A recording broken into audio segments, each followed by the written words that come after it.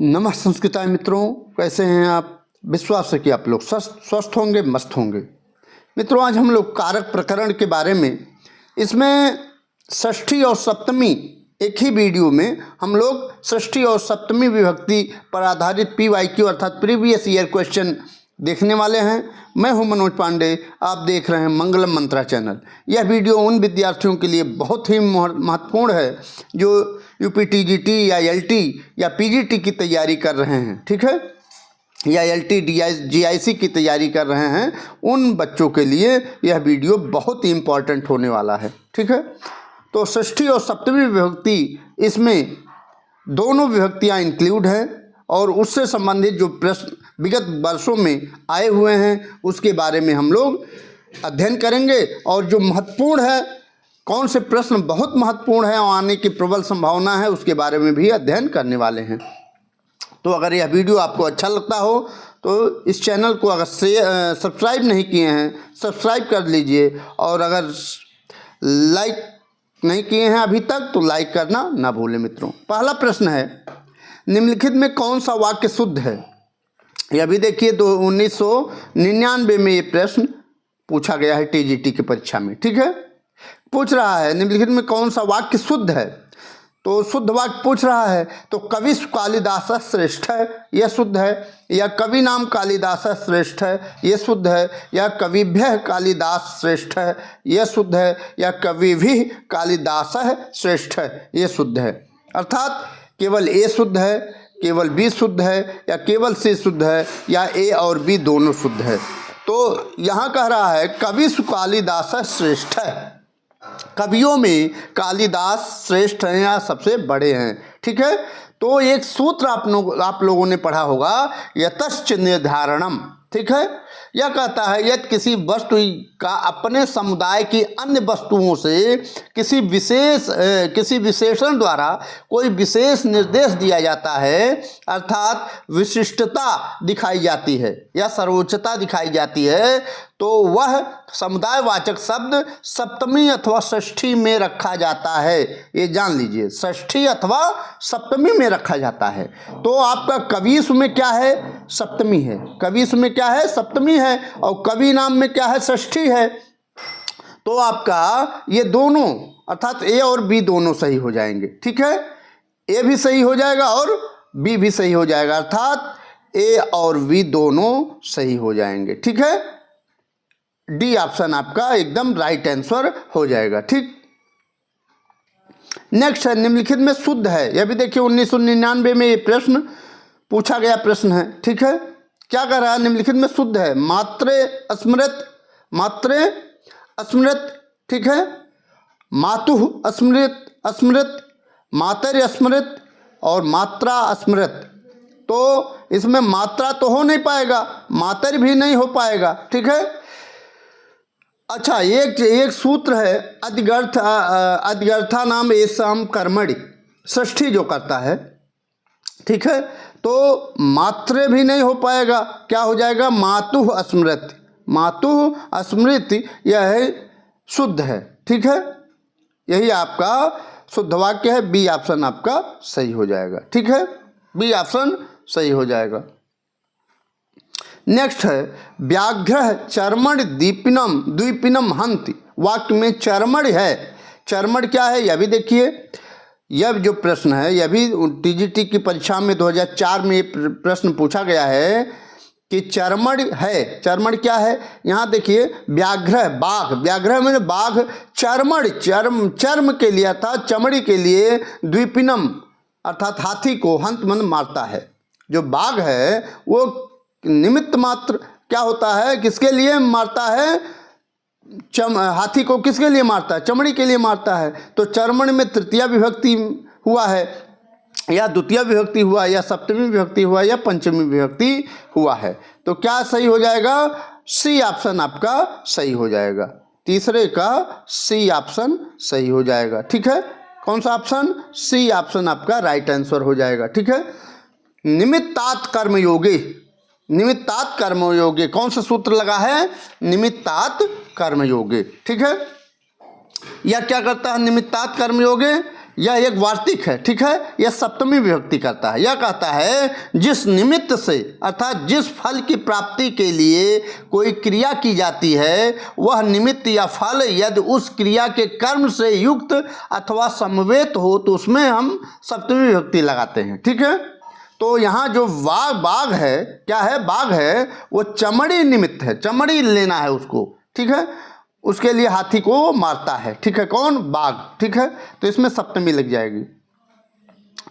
सूत्र मैंने बता दिया कौन सूत्र काम कर रहा है, निमित्तात कर्मयोगे च, ठीक है। निमित्तात कर्मयोगे यह सूत्र है, यह वार्तिक है, ठीक है, यह काम कर रहा है। नेक्स्ट है रुदत पुत्रे माता जगाम, रोते हुए पुत्र को छोड़कर माता चली गई के रेखांकित शब्द में कौन सी विभक्ति है। रेखांकित तथा रुदत और पुत्रे, रुदत और पुत्रे। चौथा प्रश्न आपका रुदत और पुत्रे माता जगाम। यहाँ रुदत पुत्रे में पूछ रहा है रेखांकित पद यही है, कौन सी विभक्ति है, चतुर्थी, षष्ठी, सप्तमी या पंचमी। तो एक सूत्र काम कर रहा है इसमें कि षष्ठी चानादरे, ठीक है, षष्ठी चानादरे अर्थात सप्तमी विभक्ति हो जाएगी। इसमें सी ऑप्शन आपका बिल्कुल राइट आंसर हो जाएगा। सी ऑप्शन बिल्कुल राइट हो जाएगा। कौन सा, सी ऑप्शन, ठीक है। षष्ठी चानादरे क्या कहता है कि जिसका अनादर या तिरस्कार करके कोई कार्य किया जाता है उसमें षष्ठी या सप्तमी होती है, ठीक है। तो रुदत पुत्र माता जगाम, रोती हुई पुत्र को छोड़ करके माता चली गई, तो यहाँ क्या हो रहा है, अनादर हो रहा है उस पुत्र का, तो इसमें क्या लगेगा, सप्तमी लगेगी, ठीक है। यह भी देखिए टीजीटी 2004 की परीक्षा में यह प्रश्न पूछा गया है, ठीक। नेक्स्ट है चर्मण द्वीपनम हंति। पांचवा प्रश्न देखिए, चर्मण द्वीपनम हंति, यहाँ चर्मण में सप्तमी का प्रयोग हुआ है। सप्तम में अधिकरणे च सूत्र से हुआ है, या निमित्तात कर्मयोगे सूत्र से हुआ है, या यस्य च भावेन भाव लक्षणम से हुआ है, या यतश्च निर्धारणम से हुआ है, ठीक है। तो चर्मण द्वीपनम हंति, चमड़ी के लिए हाथी को मारता है, तो इसमें निमित्तात कर्मयोगे सूत्र लगा हुआ है, ठीक है। अर्थात बी ऑप्शन आपका राइट आंसर हो जाएगा। कौन सा ऑप्शन, बी ऑप्शन सही हो जाएगा, ठीक है। मैंने बता दिया जिस निमित्त से काम किया जाता है उसमें हम लोग क्या लगाते हैं, सप्तमी लगाते हैं, ठीक। अब यहाँ है छठा प्रश्न है यस्य च भावेन भाव लक्षणम, सूत्र है, करण कारक का सूत्र है, कर्म कारक का सूत्र है, अधिकरण कारक का सूत्र है, या अपादान कारक का सूत्र है, ठीक है। तो करण कारक का सूत्र तो नहीं है यस्य च भावेन भाव लक्षणम, कर्म कारक का सूत्र भी नहीं है, और अपादान कारक का भी सूत्र नहीं है, ठीक है। तो यस्य च भावेन भाव लक्षणम जो है यह अधिकरण कारक का सूत्र है। किसका, अधिकरण कारक का सूत्र है, और इसमें सप्तमी विभक्ति लगती है यस्य च भावेन भाव लक्षण में, ठीक है। सातवां प्रश्न है सूर्य अस्तम गते गोपाह गृहम अगच्छन। सूर्य के अस्त हो जाने पर जो ग्वाले हैं वो घर को गए में विभक्ति है, चतुर्थी, पंचमी, सप्तमी या इनमें से कोई नहीं। या भी देखिए ये परीक्षा, ये टीजीटी 2009 की परीक्षा में प्रश्न पूछा गया है, ठीक है। तो सूर्य अस्तम गते, यहाँ जो अंडरलाइन है, सूर्य में क्या है, सप्तमी है, गते में भी सप्तमी है, तो यहाँ सप्तमी विभक्ति हो जाएगी, ठीक है। सी ऑप्शन आपका राइट आंसर हो जाएगा, ठीक है। यस्य च भावेन भाव लक्षणम, इसमें भी लगा हुआ है, ठीक है, सूत्र ये काम कर रहा है। यस्य च भावेन भाव लक्षणम, ये सूत्र क्या कर रहा है, काम कर रहा है, ठीक है। अच्छा, यस्य च भावेन भाव लक्षणम क्या कहता है कि जब किसी कार्य के हो जाने पर दूसरे कार्य का होना प्रतीत हो तो जो कार्य हो चुका है उसकी सप्तमी विभक्ति होती है, उसमें हम सप्तमी विभक्ति लगाते हैं, ठीक है। ये दे दिया सूर्य अस्तम गते गोपाह गृहम अगच्छन, अर्थात सूर्य के अस्त हो जाने पर, सूर्य के अस्त हो जाने मतलब डूब जाने पर ग्वाले अपने घर चले गए। ठीक है, और एक दो उदाहरण देता है। रामे वनम गते दशरथ प्राणान तत्याज। ठीक है, राम के वन चले जाने पर दशरथ जी ने अपने प्राण त्याग दिए। ठीक है, सुरेशे गायत सर्वे जहसु, सुरेशे गायत सर्वे जहसु, सुरेश के गाने पर सब जहसु मतलब हंस पड़े। ठीक है, और सर्वेश शयानेश श्यामा रोदित, सबके सो जाने पर श्यामा रोती है। ये सब एग्जाम्पल किसके हैं? यश भावेन भाव लक्षण के हैं। ठीक है, इसमें सप्तमी लगती है। ठीक, नेक्स्ट है क्रियान्वितम कारकत्वम, अर्थात क्रिया से संबंधित पद कारक की श्रेणी में आता है। इस परिभाषा के अनुसार कौन सी विभक्ति कारक नहीं है? कौन सी विभक्ति कारक नहीं है? तो यह भी देखिए, प्रश्न 2011 में ये प्रश्न आया है टीजीटी की परीक्षा में। ठीक है, तो प्रथमा तो कारक है, प्रथमा कारक है। ठीक है, एक मिनट मित्रों, यहाँ प्रथमा कारक है, तृतीया कारक है और सप्तमी कारक है। कारक कौन नहीं है? षष्ठी। ये आपका सी ऑप्शन सही हो जाएगा, सी ऑप्शन सही हो जाएगा। ठीक है, नेक्स्ट है जब कोई क्रिया कृदंत रूप से प्रकट की जाती है तो उस क्रिया के कर्ता अथवा कर्म में कौन सी विभक्ति का प्रयोग होता है? ठीक है, क्या कह रहा है? जब कोई क्रिया कृदंत रूप से प्रकट की जाती है। ठीक है, 9वां प्रश्न है, कह रही है जब कोई क्रिया कृदंत रूप से प्रकट की जाती है तो उस क्रिया के कर्ता अथवा कर्म में कौन सी विभक्ति का प्रयोग होता है? तो द्वितीय विभक्ति का प्रयोग होता है, तृतीया का होता है, या षष्ठी का, या सप्तमी का। ठीक है, तो यहाँ एक सूत्र काम करता है, कर्त कर्मणो कृति, जो षष्ठी करती है। क्या? षष्ठी विभक्ति का प्रयोग होता है। ठीक है, तो आपका सी ऑप्शन इसका भी सही हो जाएगा। ठीक है, सूत्र कौन सा काम कर रहा है? 9वें में कर्त कर्मणो कृति, ये सूत्र काम कर रहा है। ठीक है, कर्त कर्मणो कृति, ये सूत्र काम कर रहा है। ये सूत्र क्या कहता है कि जब कोई क्रिया कृदंत रूप से प्रकट की जाती है तो उस क्रिया का जो कर्ता या कर्म होता है वह कृदंत शब्द के साथ षष्ठी में रखा जाता है। किस में रखा जाता है? षष्ठी में। इसका उदाहरण भी देता है, कृष्णस्य कृति, कृष्ण का कार्य। ठीक है, रामस्य गति, राम की गति। ठीक है, बालका नाम रोदनम, बालकों का रोना। ये सब कर्त कर्मणो कृति के एग्जाम्पल हैं। ठीक है, 2013 में ये प्रश्न पूछा गया है। ठीक है, नेक्स्ट है जो बात अन्य विभक्तियों से न कहने की इच्छा हो उसमें किस विभक्ति का प्रयोग होता है? मोस्ट इंपॉर्टेंट प्रश्न है। ठीक है, मोस्ट इंपॉर्टेंट प्रश्न है ये बार बार प्रश्न पूछा जाता है कि जो बात अन्य विभक्तियों से न कहने की इच्छा हो उसमें किस विभक्ति का प्रयोग होता है? द्वितीय विभक्ति, तृतीय विभक्ति, पंचमी या षष्ठी? तो जो बात अन्य विभक्तियों से न कहने की इच्छा हो उसमें षष्ठी विभक्ति का प्रयोग होता है। ठीक है, डी ऑप्शन आपका सही हो जाएगा। और यह भी देखिए 2013 के टीजीटी के परीक्षा में प्रश्न आ चुका है। ठीक है, और सूत्र कौन सा काम कर रहा है? षष्ठी से यह कहता है कि जो बात अन्य विभक्तियों से नहीं बताई जा सकती उसको बताने के लिए षष्ठी विभक्ति का प्रयोग किया जाता है, षष्ठी का प्रयोग किया जाता है। ठीक है, जैसे राज्ञ पुरुष है, राजा का पुरुष। ठीक है, अच्छा, संबंध कितने प्रकार के होते हैं इसमें पूछता है। संबंध 3 प्रकार का होता है। कौन?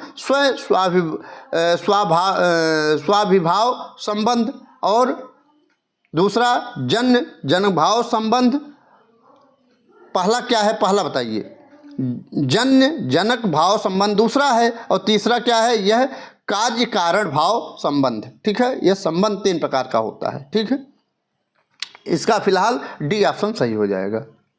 नेक्स्ट है आधार कितने प्रकार का होता है? मोस्ट इंपॉर्टेंट, यह भी बहुत इंपॉर्टेंट प्रश्न है। ठीक है, आधार कितने प्रकार का होता है? जिसमें सप्तमी विभक्ति का प्रयोग होता है। ठीक है, जिसमें सप्तमी विभक्ति का प्रयोग होता है, ऐसा आधार कितने प्रकार का होता है? यह भी प्रश्न देखिए 2013 के परीक्षा में, टीजीटी की परीक्षा में आ चुका है। तो आधार 2 प्रकार का होता है, या 3 प्रकार का होता है, या 4 प्रकार का होता है, या 5 प्रकार का होता है। तो आप जानते हैं आधार कितना प्रकार का होता है, तो आधार 3 प्रकार का होता है। बी ऑप्शन सही हो जाएगा। आधार कितने प्रकार का होता है, तो आधार 3 प्रकार का होता है। कौन कौन? औपश्लेषिक आधार और वैश्विक आधार और अभिव्यापक आधार। अभिव्यापक आधार, ठीक है। औपश्लेषिक आधार कहता है जिसके साथ आधेय का भौतिक संश्लेष हो, जैसे कटे आस्ते, यहाँ चटाई से बैठने वाले का भौतिक संश्लेष प्रत्यक्ष दिखाई दे रहा है, ठीक है। तो औपश्लेषिक आधार का उदाहरण कौन सा हो जाएगा? कटे आस्ते, ठीक है। और वैश्विक आधार कहता है कि जिसके साथ आधेय का बौद्धिक संश्लेष हो, जैसे मोक्षे इच्छा अस्ति। मोक्षे इच्छा अस्ति, इसमें इच्छा का मोक्ष से अधिष्ठित होना पाया जाता है, ठीक है। तो वैश्विक आधार का उदाहरण क्या है? मोक्षे इच्छा अस्ति, 2 हो गया। और तीसरा है अभिव्यापक आधार। यह कहता है कि इसके साथ आधेय का व्यापक संबंध हो, जैसे तिलेषु तैलम, यहाँ तिल में एक जगह अलग नहीं दिखाई पड़ सकता है, पर निश्चयात्मक रूप से वह सभी तिलों में व्याप्त है, ठीक है।